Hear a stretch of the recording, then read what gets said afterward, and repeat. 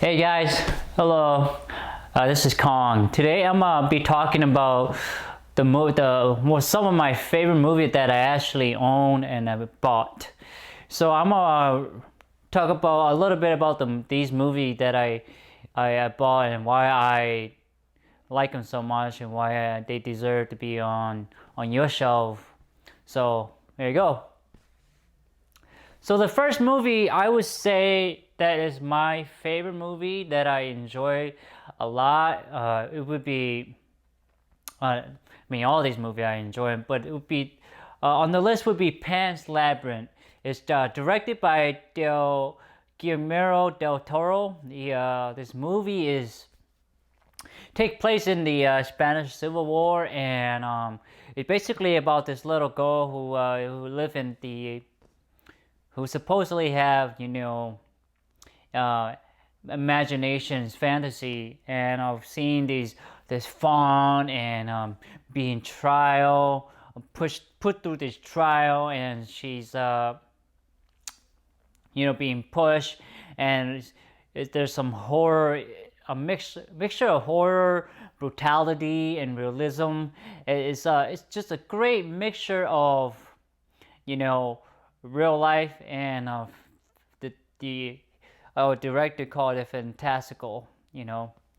That's why I like it. The whole is there's a lot of symbolic meaning to this movie. The circle of life going up and down, the different color from red to brown, and it's just this director put so much thought into this movie that I really like. There's a lot of symbology, mythology, a lot of myths about the movie, and this movie is very about folklore. It reminds me of folklore stories, and this is why I love Pan's Labyrinth, because I could watch it and you learn a little things about it.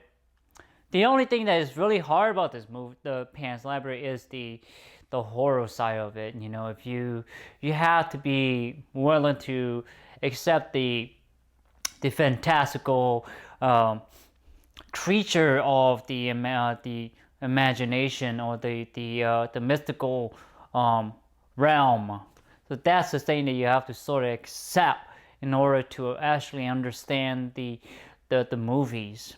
So Pan's Labyrinth is a really great movie. I actually wrote 5 or 6 pages paper on it for one of my classes in college, and I did a really good job because I watched the movie a couple of times to really understand the director's thinking, why they did certain things. That's why it's so important. If you really want to learn the director's reason, is you have to listen to those commentary.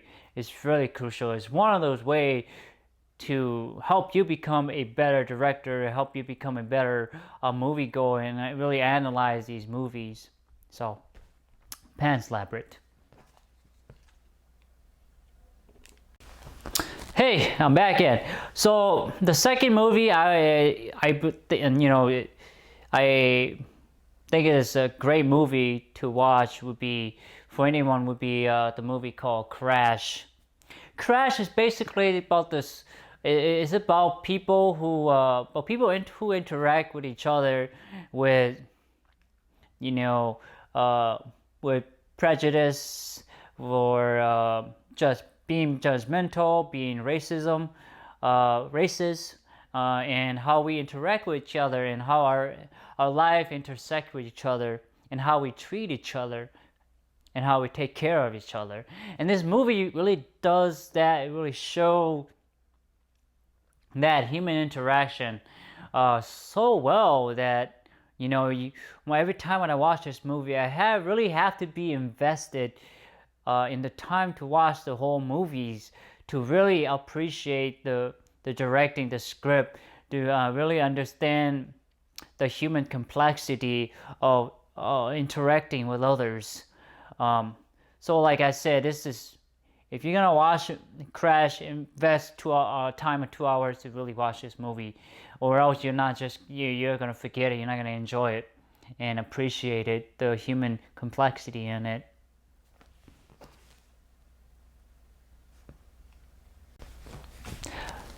So the third movie that I believe that I think is a great movie, it would be the movie called Hero.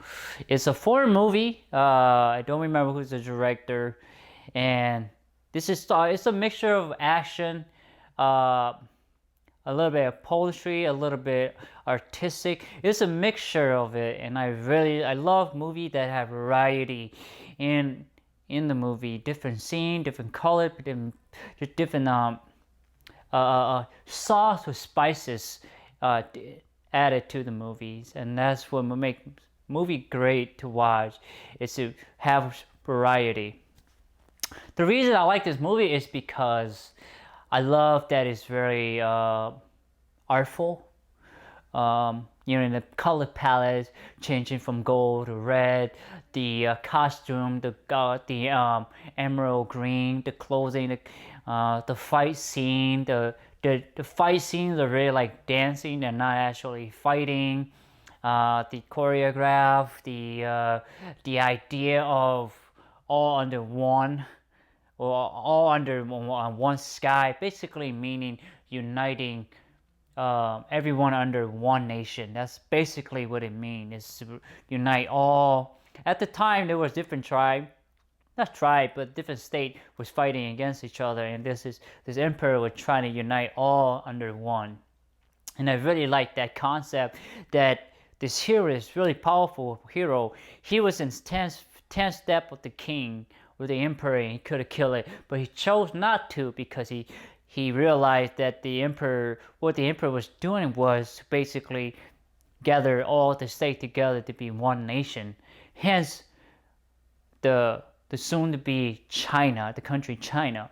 So that's why I really love this movie. It's just it's gorgeous to watch. It's just the sound effect. It's just such a musical to my ears, and that's why I watched the movie Hero so many times.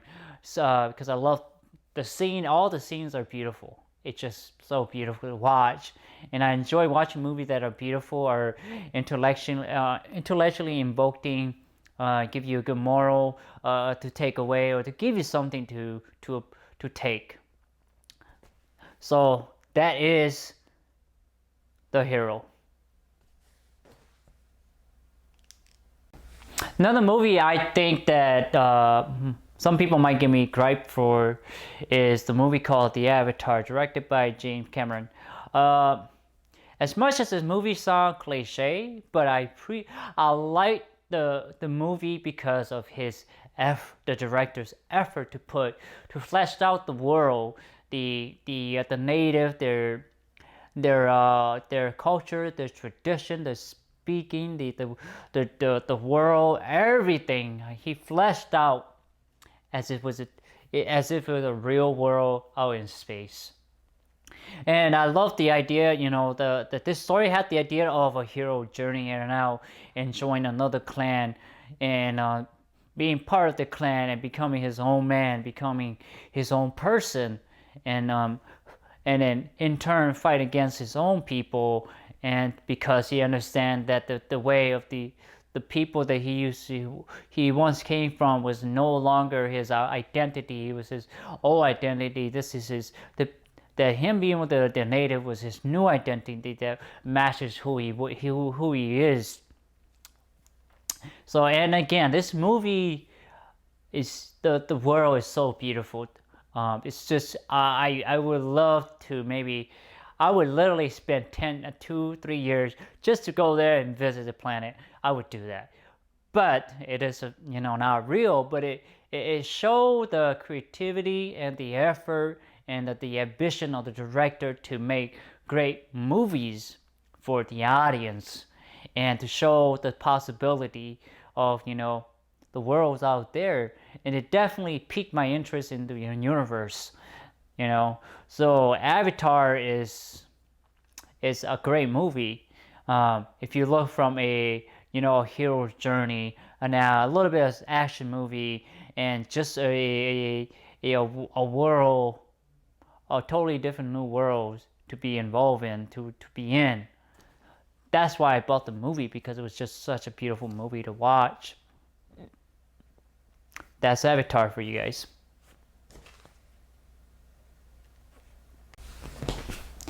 And another movie I love and enjoy watching is called Saving Private Ryan, directed by Steven Spielberg. I believe this is probably one of my favorite war movie of all time.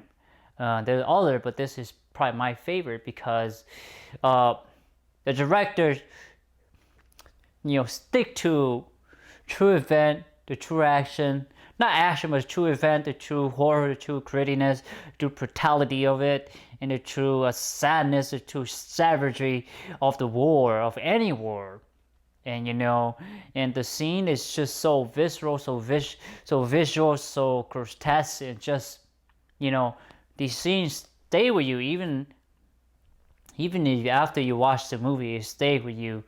It's so memorable, especially the opening sequence. It's just you remember it, and all those men on the boat getting mowed down with the machine gun, and getting off of the boat and going on the water and going onto the beaches of Normandy.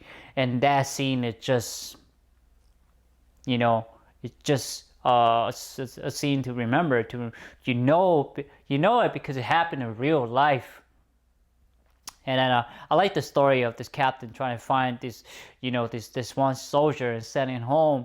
And on his way doing it, he lose soldier, but he was so adamant about getting the soldier home that he in turn can go home. So this movie is I love it because it's gritty and brutal. It's honest. It doesn't shy about the brutality of war. So I recommend buying Saving Private Ryan. It should be on everybody's list, or shelf, because it's one of those great movies that show that war is not the answer. So again, Saving Private Ryan.